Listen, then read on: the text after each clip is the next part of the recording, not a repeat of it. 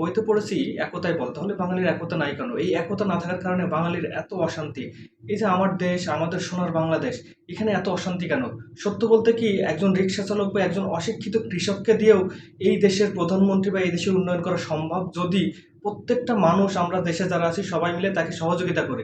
কিন্তু যদি আমাদের ভিতরে কোনো একতা না থাকে, আপনি যদি আমেরিকা থেকে তো বিশ্বের রাশিয়া থেকে এমনকি বিশ্বের সবচেয়ে ভালো প্রধানমন্ত্রীকে যদি বাংলাদেশে নিয়ে এসে বসায় দেন, তাহলে এদেশের উন্নতি সম্ভব না। কারণ যদি একতা না থাকে, তো আমাদের বাঙালিদের ভিতরে আমরা একটা দল হিসেবে আমরা নিজেরা ভালো থাকতে চাই, কিন্তু আমরা কখনো চাই নাই যে সব দল একসাথে হয়ে একজন মানুষকে সাপোর্ট করে দেশের উন্নতি করা। সত্য বলতে কি আপনি যে আমার ভিডিওটা দেখতেছেন, আপনাকে দিয়েও দেশের প্রধানমন্ত্রী বানিয়ে দেশের উন্নতি করা সম্ভব যদি আমরা সবাই মিলে আপনাকে সহযোগিতা করি। কিন্তু এই সহযোগিতা এই দেশে কখনো কেউ করবে না। কারণ হলো আমাদের ভিতরে একতা নাই। কারণ আমরা স্বার্থপর, আমরা নিজেরা একা একা ভালো থাকতে চাই। আমরা কেউ চাই না যে অন্যের ভালো হোক। এই জন্য দেশের ভালো কখনো হয় না, কখনো হবেও না।